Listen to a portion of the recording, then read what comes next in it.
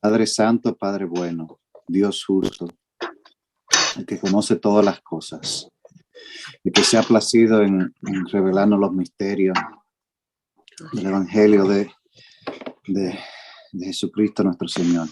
Gracias, Jesús, por tu sacrificio, por tu amor. Gracias por tu palabra, Dios, en cual podemos encontrar esperanza, dirección. Y esta noche, Dios, que nos hemos reunido para recibir de ella, te pedimos que ponga tu mano sobre David, que sus labios, Dios, puedan comunicar lo que tú has puesto en su corazón para nosotros, y prepara nuestros corazones y mente para recibirlo. Que si hay preguntas, Dios, podamos discutirlas aquí entre todos y aprender como hermanos. Amén. En tu amor te pedimos estas cosas en nombre de Jesús. Amén. Al ocupar la menorá como parte del estudio de esta noche, es el sentido y la aplicabilidad que tiene, ¿no? De indicar que como son 7 brazos, son 7 las iglesias, y como el Señor estaba en medio de las 7 iglesias, el Señor está ahí. Esa es la idea. Entonces son unas cartas, unas misivas hechas sobre lo que llaman las epístolas de las 7 iglesias. Y como es 7, número de completez, número perfecto, número de santidad. Y las iglesias. Entonces el tema de esta noche es bastante interesante, y espero que el Señor afirme en cada uno de nuestros corazones lo que quiero compartir de parte del Señor para cada uno de nosotros, me incluyo yo, porque uno cuando expone la palabra y el Espíritu le guía y le da el entendimiento y las palabras acertadas y correctas, siente el mayor bendición que muchas veces que los oyentes. Entonces, con la misma expectativa de pronto ustedes, vamos a continuar. Esta es la introducción, ¿sí? Recuerden que en Apocalipsis 1:19 está el extracto mismo de lo que es, en qué consiste el Apocalipsis. Ahí está la sinopsis del libro.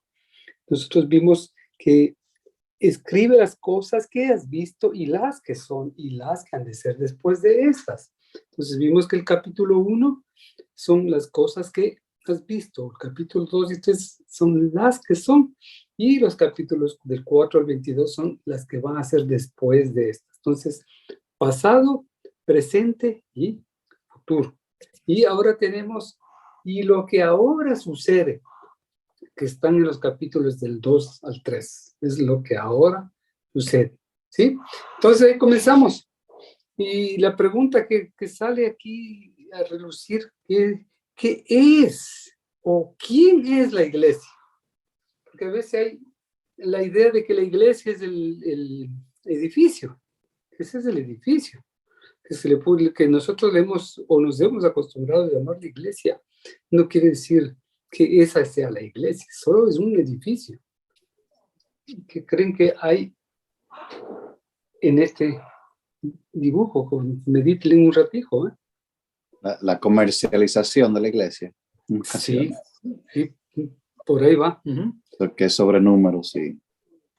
Que la iglesia lo hacemos cada uno de nosotros, ¿no? Porque cada uno forma parte como de un equipo y en el principal está Jesús, ¿no?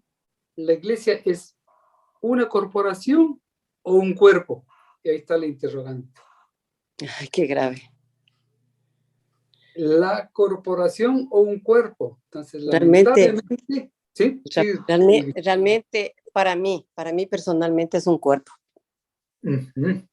Pero a veces sí tenemos la tendencia a mirarle como una corporación donde administrativamente se maneja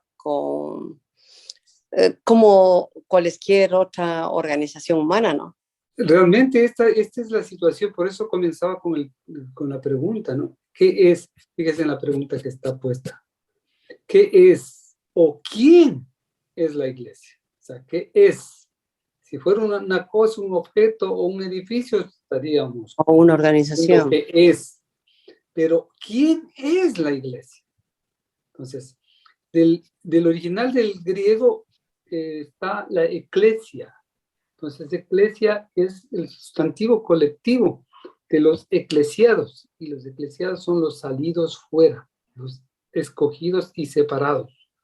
Cuando yo tengo un conjunto de lápices, por ejemplo, que yo tengo aquí, entonces yo voy a hacer una voy a sacar los que tienen borrador, porque hay lápices aquí. Entonces yo les estoy he escogido. Entonces he hecho una eclesia. Lo he sacado fuera del montón que está aquí frente a mí. Entonces yo les quiero hacer, la iglesia es como decir el rebaño es de ovejas. Si tengo una piara es de cerditos. Ajá. Y ese es el colectivo de los cerditos o el colectivo de la jauría, que es el perro, ¿no es cierto? Si es una jauría, estamos hablando de perro. Si son peces, un cardumen. Entonces, el cardumen es el colectivo de varias peces. ¿Sí? Entonces, igual la iglesia es de los llamados fuera, del conjunto de los llamados fuera. Iglesia es un sustantivo colectivo. Sí, un sustantivo colectivo. Esa es la definición de iglesia, ¿sí? Y nosotros somos los iglesiados, o sea, los que hemos sido llamados a salir del mundo para reunirnos. Bien, fíjense, de esta forma es lo que estamos saliendo en conclusión de lo que es el dibujo anterior, ¿no? Que la iglesia se ha ido poco a poco, comenzó con el Señor, cuando el Señor se fue, todo comenzó a cambiarse, al punto que hemos llegado a tener una organización y no un organismo, porque la organización parte del principio de todas las cosas están previamente y fríamente calculadas, están establecidas, se ha hecho el manual de operaciones inclusive. En la empresa funciona una organización, entra en vereda en el momento que ponemos gerentes y ponemos sobre los gerentes, ponemos el gerente general y quién es el contable, y todas las cosas se distribuyen de tal forma que en base a un criterio estratégico, ¿no? De qué es esto, por ejemplo, es algo piramidal, en donde que si es que yo quiero crecer aquí, desde este puntito que está acá, yo quiero crecer, tengo que pasar superando o esforzándome entre los dos, pasa uno de ellos, siempre y cuando este haya renunciado o haya pasado, o haya renunciado o se haya muerto. Fíjense en lo que generalmente pasa en las iglesias, muchas iglesias que tienen este sistema piramidal, donde el pastor es el que manda. He visto iglesias donde el pastor inclusive se cree el dueño de la iglesia. Es iglesia del fulano de tal. Entonces, para que uno de los... Y en alguna donde David, donde parece que tiene un trono. Sí. Sí, es verdad. Así es. Y para que pueda llegar uno de ellos, tiene que esperar o que se jubile en el mejor de los casos, o por viejito decida jubilarse, pero él ya tiene programado a uno de sus hijos o a sus dos hijos para que les suceda. Entonces, monárquico. Es monárquico, ¿no? Y de jerarquía. Entonces, esta es la organización que lamentablemente se ha dado. Por eso es que se formó el Sacro Santo Imperio Romano en base a esto, donde Constantino, el Papa, sucesor del Papa, él era sucesor de Pedro. Él se autonombró. Entonces, como era el emperador, nadie podía decir nada. Y él dijo a todos los soldados, a todos los vasallos de acá, a toditos los soldados, tenían que, toditos los de abajo, aceptar, quieran o no quieran, la cruz. Por eso les pusieron en el uniforme la cruz inclusive. Y el que no quería tenía que ir al patíbulo y lo eliminaban. Entonces, de esa forma y bajo ese criterio se formó el Sacro Imperio Romano. Y se salió, y de ahí se formó la Iglesia Católica Universal, porque fue edicto del emperador. Y lamentablemente lo que sucedió allá fue que se hizo una unión con el Estado y las cosas del Estado pasaron a ser las de la iglesia pasaron a ser del estadio y viceversa, y ese es un sincretismo que se llama, ¿no? Que se juntaron cosas. Faltaban, por ejemplo, como los romanos eran politeístas y querían ver los dioses de ellos representados que no queden fuera, entonces cada uno comenzaron a cambiar de nombres nomás, les dieron nombres a los apóstoles, cada cual, por ejemplo, a Pablo le hicieron al Tauro, que era porque era bravo, y Pablo era uno de los más, de los apóstoles más sobresalientes entre todos los dos, y así comenzaron a hacer todas estas cosas, entonces le hicieron lo que comenzó bien, le echaron a perder. Y no nos quedamos atrás de las iglesias protestantes, de las evangélicas, porque tienen el mismo sistema, y que ese está un poco fuera de foco del Señor. Las mismas declaraciones que hubo en el capítulo 1 acerca de la descripción de Jesús, comienza cada una de las 7 cartas. Entonces, aquí viene esta expresión, yo conozco tus obras. En cada una de las da elogios y también censura. Da las características propias de cada iglesia con una exhortación y con una promesa. Excepto a 2 iglesias que no las exhorta, que son las que no reciben ninguna amonestación de parte del Señor.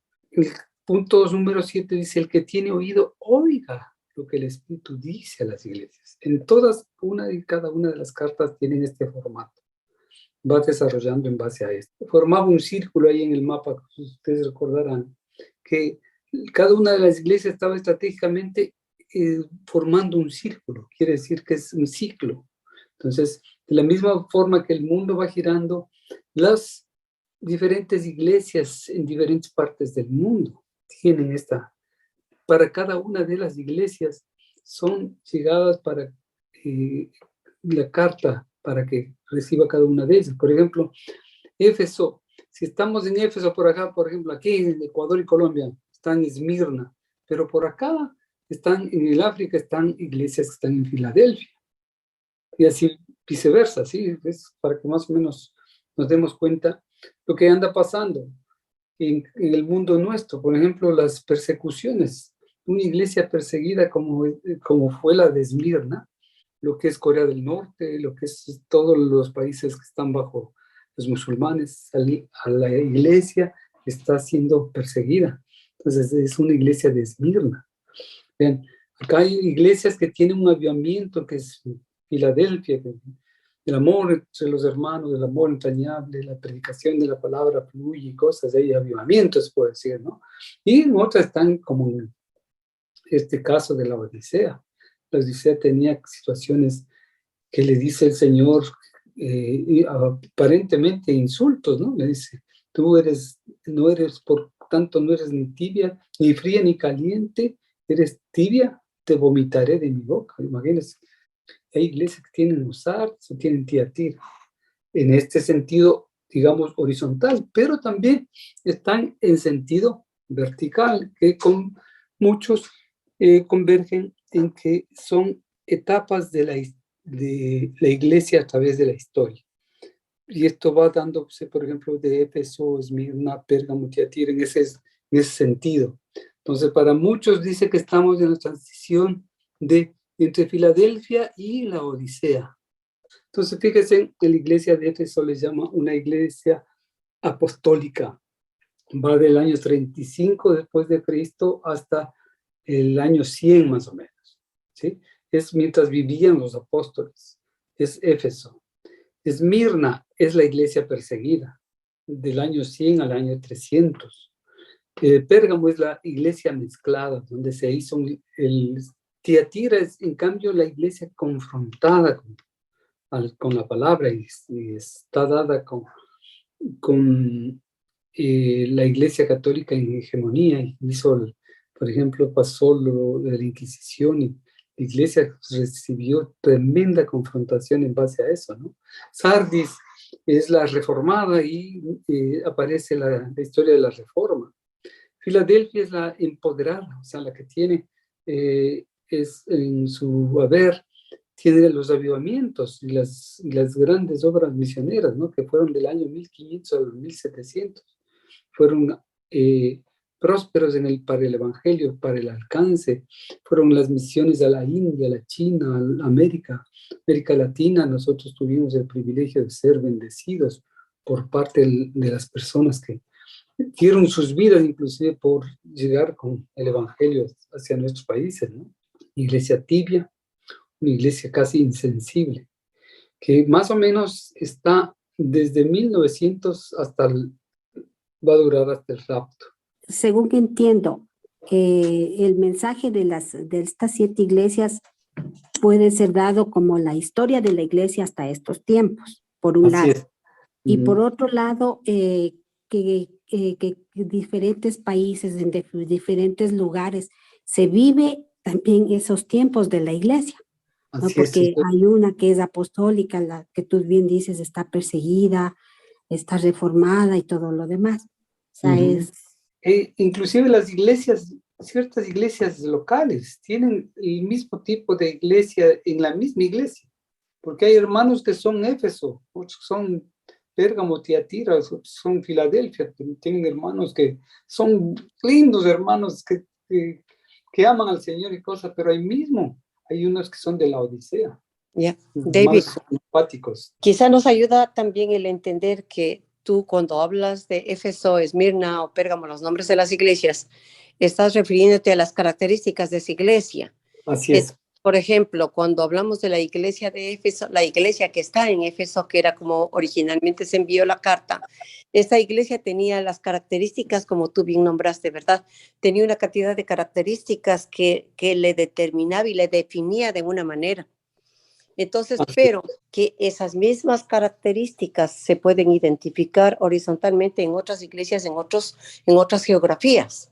Así pero es. También podemos notarlo, esas mismas características aún dentro de la misma iglesia, con ciertas personas o ciertas épocas en las que se ha asumido el compromiso y la responsabilidad del Señor y se ha adoptado esas características.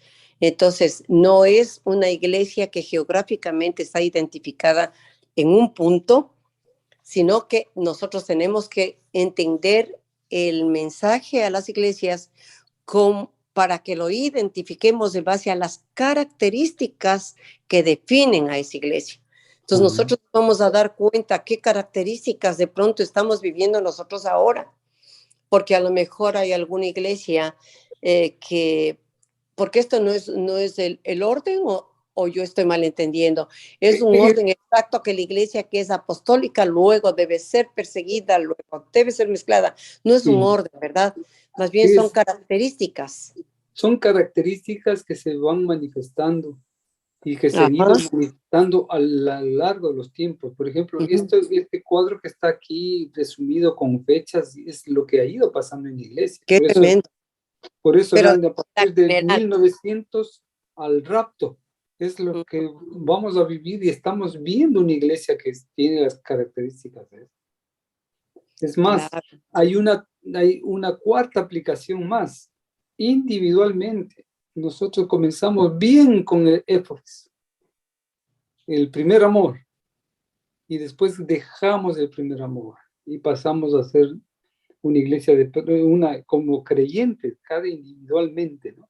Pasamos a ser Esmirna, porque dejamos al Señor, pasamos a padecer de pronto persecución. Muchos creyentes no hemos pasado situaciones de salir de un Éfeso, de una cosa gloriosa de la apostólica, estar con el avivamiento, tuvimos que ser perseguidos de pronto, ¿no? Sí, y así por el estilo. Y hay muchos hermanos que han llegado a una madurez y son tipo Filadelfia, ¿no? Pero hay asimismo como individuos que son Odisea, que están en la Odisea, están en ese estado. Entonces, porque hay promesa para cada uno, hay bendición. El Señor tiene en la mano a su iglesia. Él está en medio de las iglesias. El Señor no la ha dejado allá. Cada uno no está abandonado porque el Señor dijo, volveré y os tomaré a mí mismo para que donde yo esté, vosotros también estéis. Que Para muchos, por ejemplo, la menorá, ahorita me acuerdo, le comparan con la zarza que ardía mientras el arbusto ese que vio Moisés cuando fue llamado, ¿sí? Entonces, al tomar en cuenta esto, permítame ir. La menorá era encendida solamente con aceite puro de oliva, no con el extra virgen. Para sacar el aceite puro de oliva, ponían las olivas en el lagar y ahí le apretaban con la piedra para que saque el extracto de la oliva. Y lo primero que salía es el puro. Y a nosotros nos venden como extra virgen lo que sale ya del bagazo que van haciéndole y remoliéndole y remoliendo. Lo último que comienza a vender. Por eso ese precio, porque el puro, ese no se lo vende así nomás. Entonces, y de igual manera, espiritualmente hablando, nosotros somos los olivos. Y las pruebas y las dificultades que tenemos son aplastadas por una rueda y sacan lo mejor de nosotros para el Señor, porque sacan lo que en verdad somos para el Señor.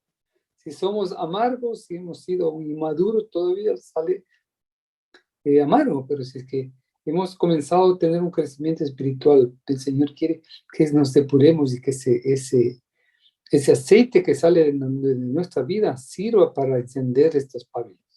Y la iglesia necesita el Espíritu del Señor, que es el que tiene que estar fluyendo para mantenerse el fuego que el Señor ha puesto en cada uno de los lugares, ¿no? ¿Sí? Entonces, fíjese, cada uno le hemos dado una de ellas, ¿no? Éfeso representa en cierta forma la creación con varón y varona. Varón y hembra los creó, ¿no? Varón y varona, les formó. Adán le puso como nombre, a Eva le puso el nombre varona, porque del varón fue tomado. Él fue Adán el que le puso. Después Eva fue la que se autoproclamó el nombre Eva, que quiere decir madre de multitudes. Entonces eso también tiene una significación que ya le vamos a ver. Pero fíjese en lo que es Éfeso con lo que es la Odisea. Porque en la Odisea tenemos a Cristo y a la iglesia. Caín y Abel, Esmirna. Caín persiguió a Abel.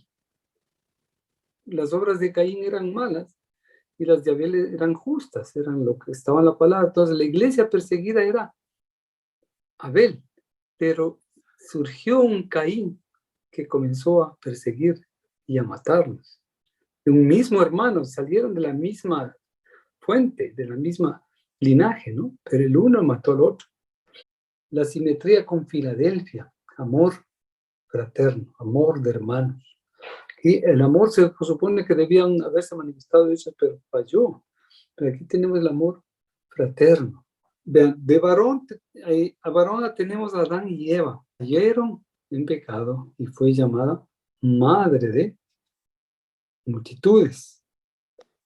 Por otro lado, tenemos que de la iglesia de Cristo, de la Odisea, va a ser tomada la iglesia del Señor, se irá con el Señor y quedará un remanente de la iglesia que no estaba andando correctamente y son los dejados atrás, los que se van a quedar. Varón y varona cayeron y Adán y Eva estaban desnudos y por tanto fueron expulsados. Es lo que pasó a los dejados atrás. Dejados atrás quedaron fuera del alcance de lo que. ¿Y cuál es el misterio revelado? Cristo y la iglesia. Y la pregunta era, ¿qué o quién es la iglesia? Entonces eso vamos a irle desmenuzando un poquito más. Efesios 5 dice, así también los maridos deben amar a sus mujeres como a sus propios cuerpos, que el que ama a su mujer a sí mismo se ama, porque nadie aborreció jamás a su propia carne, sino que la sustenta y la cuida, como también Cristo a la iglesia. O sea, fíjese en la figura que hay. Cristo a la iglesia. ¿Qué hace Cristo? Cristo ama a la iglesia. Y porque a sí mismo se ama, porque no aborreció jamás a su propia carne, que es la iglesia, ¿no? Sino que la sustenta, la cuida, como también Cristo a la iglesia. Y Cristo es el Salvador, por eso la iglesia se sujeta a Cristo. Le salvó del pecado, le salvó de la vida impía, le salvó del ir al infierno. Entonces ama en retribución, respeta y honra al Señor. Esa es la idea. Como Cristo se entregó a sí mismo por ella. Aquí hago un paréntesis, una propaganda. Esos fueron los votos matrimoniales que yo dije cuando la hermana Olguita hizo el favor de aceptarme en matrimonio. Yo dije estas palabras y realmente las palabras del Señor son proféticas en cada uno de nosotros si es que las cumplimos. Porque la profecía está dada para que la cumplamos, no para que seamos más inteligentes o más habladores, sino que hagamos las cosas, ¿no? Entonces, este misterio es grande.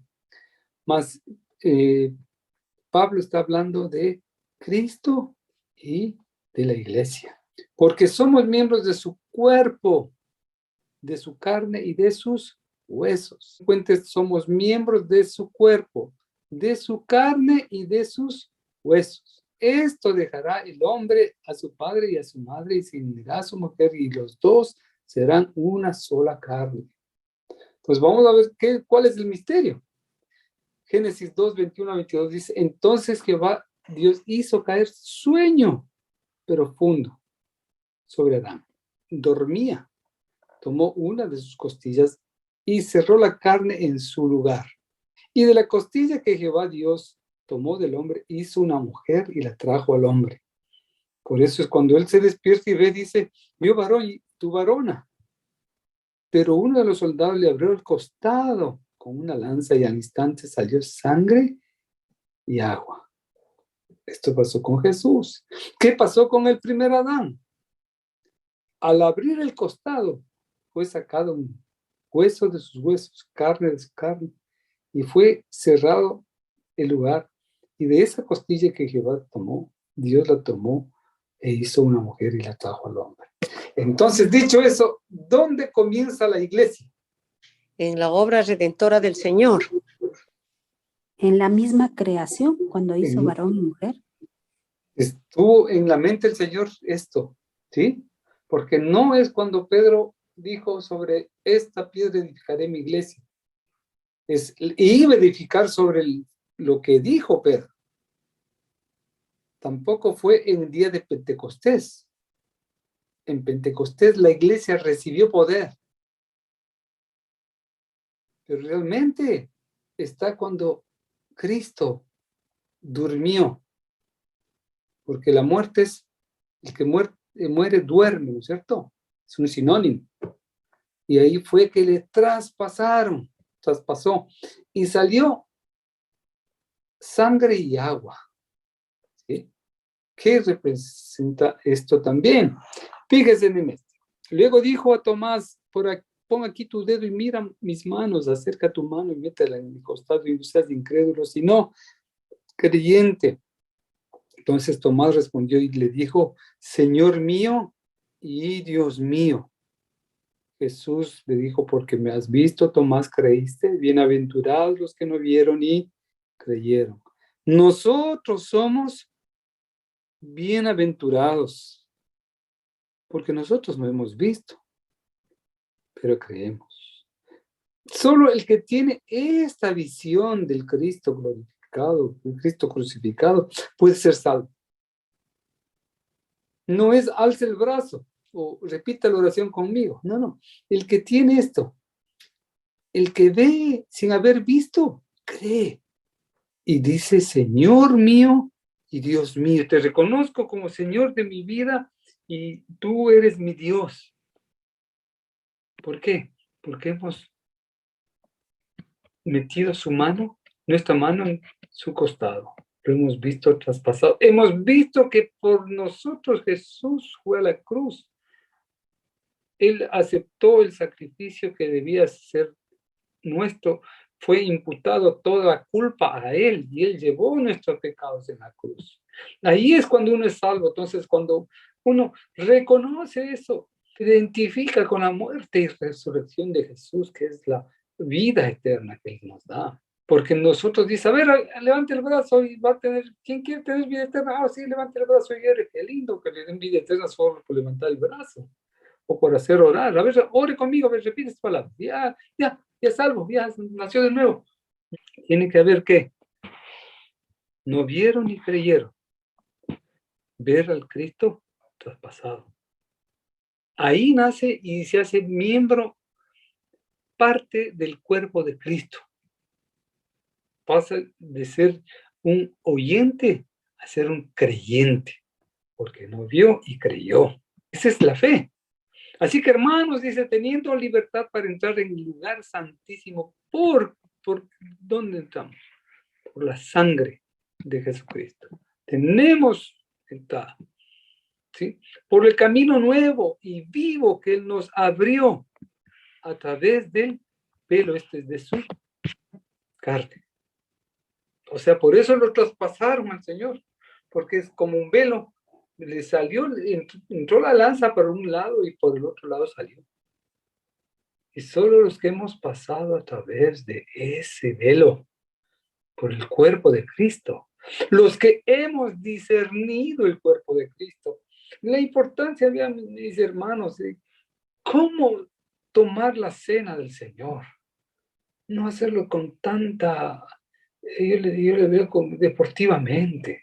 A ver, repartan las copitas y el pan, y ahora sí oremos, coge cualquiera y quien quiera, se toma y porque no se instruye. Esta instrucción es una revelación, este es un gran misterio, por eso dice, por eso son muchos están enfermos y otros duermen, inclusive otros han muerto, no han discernido bien el cuerpo de Cristo. Qué importante es esto. Esto realmente es una revelación. Si no hemos pasado por donde pasó la lanza el romano, ¿quién mató al Señor? Mis pecados lo mataron. Yo crucifiqué a Jesús. Por mí, Él derramó su sangre. Y por gracia soy salvo. Y tengo entrada por la sangre a través del velo que es su cuerpo mismo. Por eso es que, pero si andamos en luz como Él está en luz, tenemos comunión unos con otros. Y la sangre de Jesucristo, su Hijo, nos limpia de todo pecado. Ese es el Evangelio en una pildorita que tiene que ser, no solamente creído, tiene que ser confesado y tiene que ser recibido de parte de Dios, porque ahí se inscriben nuestros nombres en el libro de la vida. Cuando nosotros hacemos una decisión seria, y no es, Señor, ven, Señor, acéptame, debería ser, Señor, acéptame como tu hijo. Reconozco que soy pecador. La esposa de Cristo somos quienes no vimos, pero creímos. Los que hemos traspasado por donde Él fue traspasado para poder ser lavados por medio de la sangre y purificados por medio del lavamiento, por medio del bautismo, que representa el agua. No que el bautismo nos hace más santos, no. Nos identifica en el cuerpo de Cristo como miembros, participantes de la novia del Señor. Ahí venimos a ser parte de la novia, ¿sí? Por eso es, ¿quién es la esposa de Cristo? Apocalipsis 21:2 dice, y yo, Juan, vi la santa ciudad, la nueva Jerusalén, descender del cielo de Dios, dispuesta como esposa ataviada para su marido.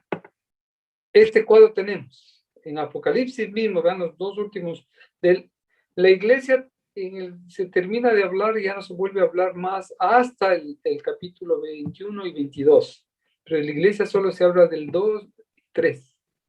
Y luego en el 21 y 22 se vuelve a hablar de la iglesia. En el verso 9, vino entonces a mí uno de los 7 ángeles que tenía las 7 copas llenas de las 7 plagas postreras y habló conmigo diciendo, ven acá, yo te mostraré la desposada, la esposa del Cordero.